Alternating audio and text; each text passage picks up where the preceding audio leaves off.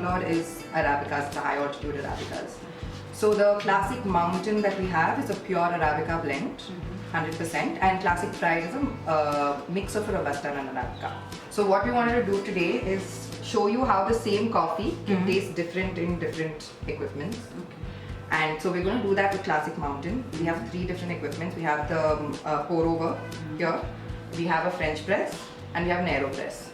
And then the Classic Pride will give you a traditional filter coffee because with the Robusta it tastes really good with the milk and the strength of it as well. So we'll start off with the pour over today, and we also got like small snippets to eat with it just to see how also the food can complement. Mainly desserts can complement. So this is a pour over. So you have a filter paper here. We're just wetting it so that there's no paper flavor that comes into the none of the filter paper flavor that comes into the coffee.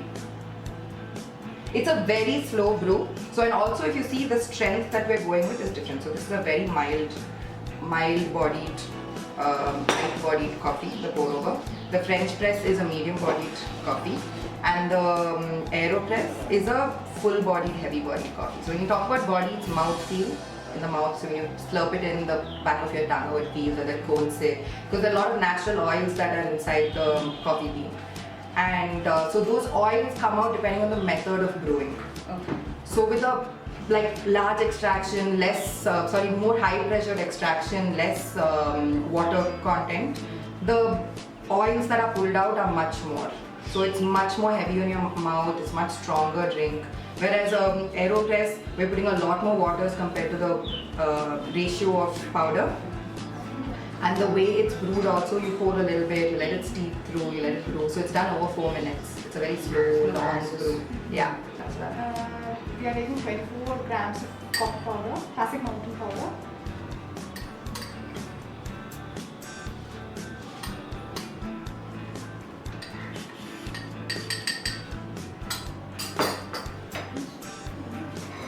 Is there a timing for how long you should boil the water? No, it's the temperature more than the timing. So between like 95 to about 98. 93 to 95. 93 to 95 degrees. And you have to do this for 4 minutes. 20 minutes you have to pour the water, 20 seconds you have to pour the water, and 40 seconds you have to allow it for rest. Okay.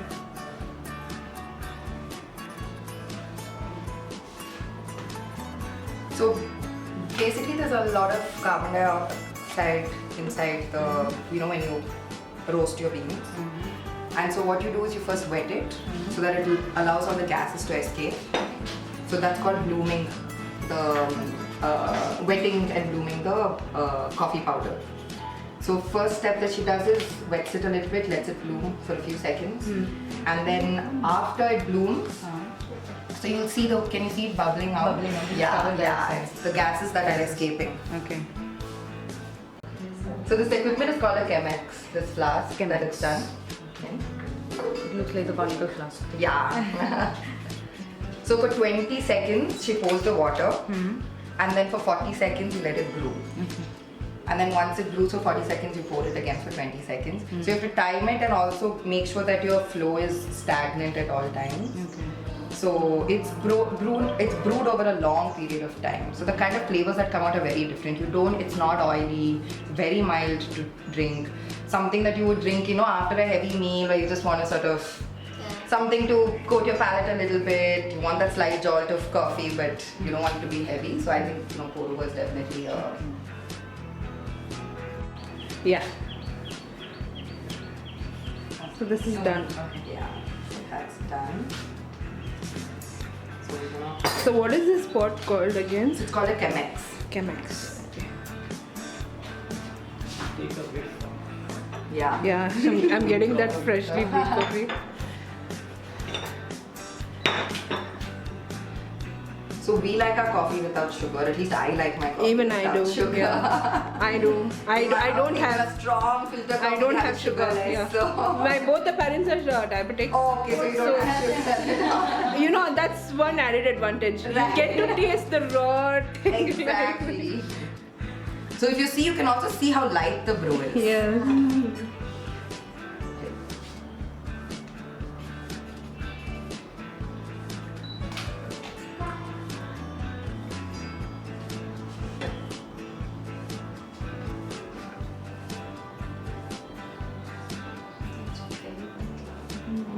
This is actually a very small size Chemex. You get much larger size. You can do for like larger parties. They have one more Chemex there. Oh, yeah.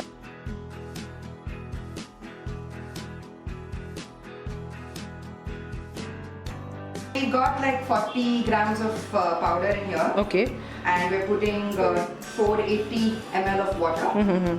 This is, like I said, the most commonly used black coffee equipment. Okay. In India at least, besides the Dabba filter. So this is the French press. Yeah, this is the French press. So what we're going to do is the same concept. First, wet the coffee.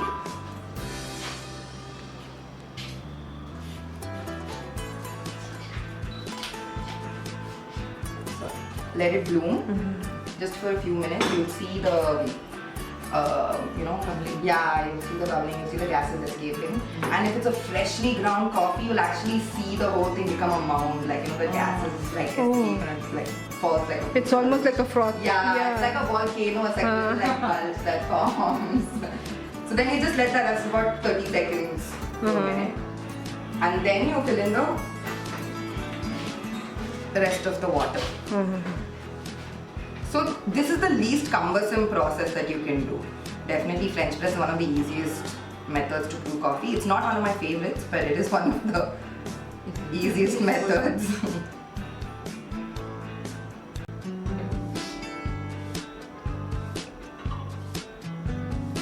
So everything from your caffeine content to the strength of the coffee, it will vary depending on how much water you put, how long the extraction period is. And even they say like the water you use, right? Yeah. Now in the US they've gone to an extent where they say they're trying to see what kind of water, from whether it's spring water, demineralized water, like how each of these make a difference. Let that sit for about 4 minutes. There's a water that, the water has chemicals, right? I mean, the hard water. And Correct. Does it Of have course. any connection with this? Yeah, of course, as much as possible you will want to use Distilled water. yeah, not distilled but mineral water. water. Yeah, mineral water or soft water, any kind of soft water. Spring water, I mean for us in the estates we get direct spring water. It's got so many nice flavors and nuances to it itself. So it makes a difference actually, even with the water, and that's something so far nobody's looked at, but that's the new thing that's become the new fad, and some really high-end and really specialized coffee connoisseurs have started even looking at how we can change even the way we brew it, the kind of water that we brew it. It's just the way if you go to a boulangerie, if you go to a really good boulangerie in like a French boulangerie in US, and there are people who even get their water, not only their flour, but even their water from France. Because the kind of minerals that are there in it is what gives French bread its flavors and the way that it grows. So yeah. So they're so particular that they even get their water from a different continent to make their bread. So this is a medium body coffee. You'll realize now that you've tasted that, you'll see how the sweet's heavier on your mouth, slightly more heavier. You'll find slightly more flavors than you found there. That's more acidic. You'll see a little bit sort of darker, more chocolatey flavors with French press. It goes with, of course, same way, something that has a heavier mouthfeel. Personally, I love a lemon curd or an orange curd with this coffee. Today I didn't make a curd by itself, but we have a lemon curd tart. So try it and see how it makes a difference with the coffee. And has it been 4 minutes? I think 1 minute. Yeah. So least cumbersome. Just putting in the ground, the coffee ground, pouring water over it, letting it sit for 4 minutes, and then you push it down. That's it. You see the ground is in the bottom, the brew is on top, and that's it. Pour and enjoy. Even in the color of the brew, you can make out how much darker this is. Yeah. You can keep it for years. Is it? Extremely. Reliable one. Yeah. What is your take on the electric filter these days?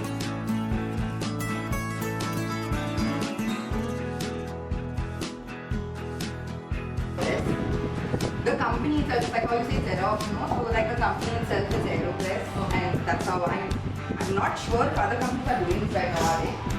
Some now they started up, okay, but the whole concept is still known as Aeropress. So it's least extraction time compared to these two. It's only about 2 minutes. High pressure, more like an espresso machine. And the flavors that you get out of it are completely different. If you like the French press, then you will definitely fall in love with this. So this is just a funnel to put the coffee into. It comes with all these like little equipments. You have your spoon, you have your thing. So how much 22 grams you put in here? 21. So 21 grams and 22 grams. And we have a little filter here with filter paper. So you do the same thing first. Wet the filter paper. Wet the filter paper. And yeah, thank you. And again the same reason, so that the flavor of the paper doesn't come out into the coffee. And then we put 200.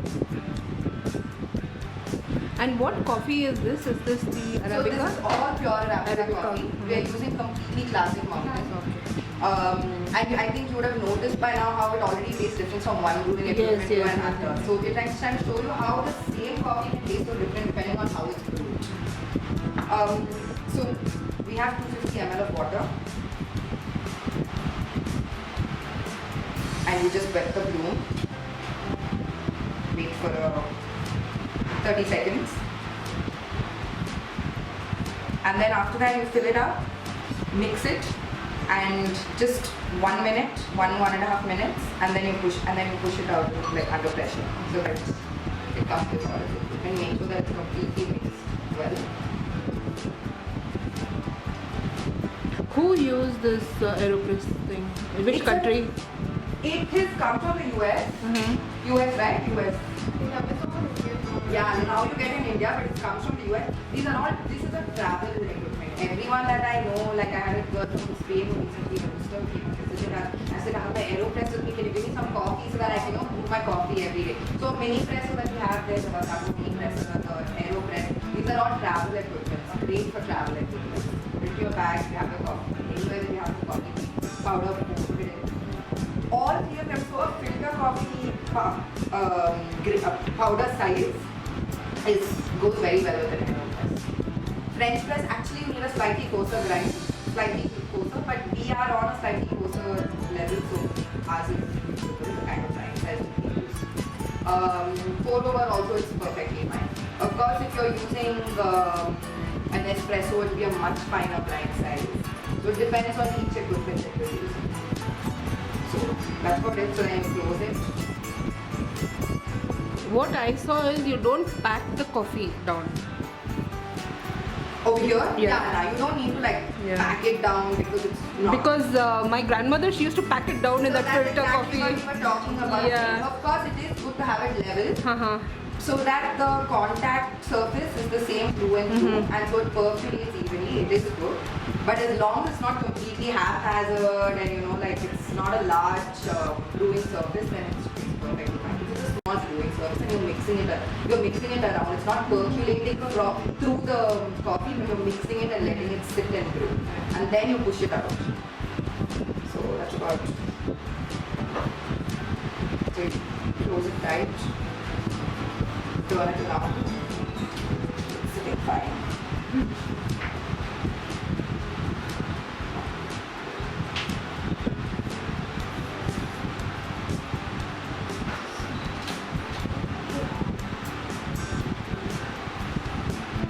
Relax with the suction. Yeah, you slowly push it through.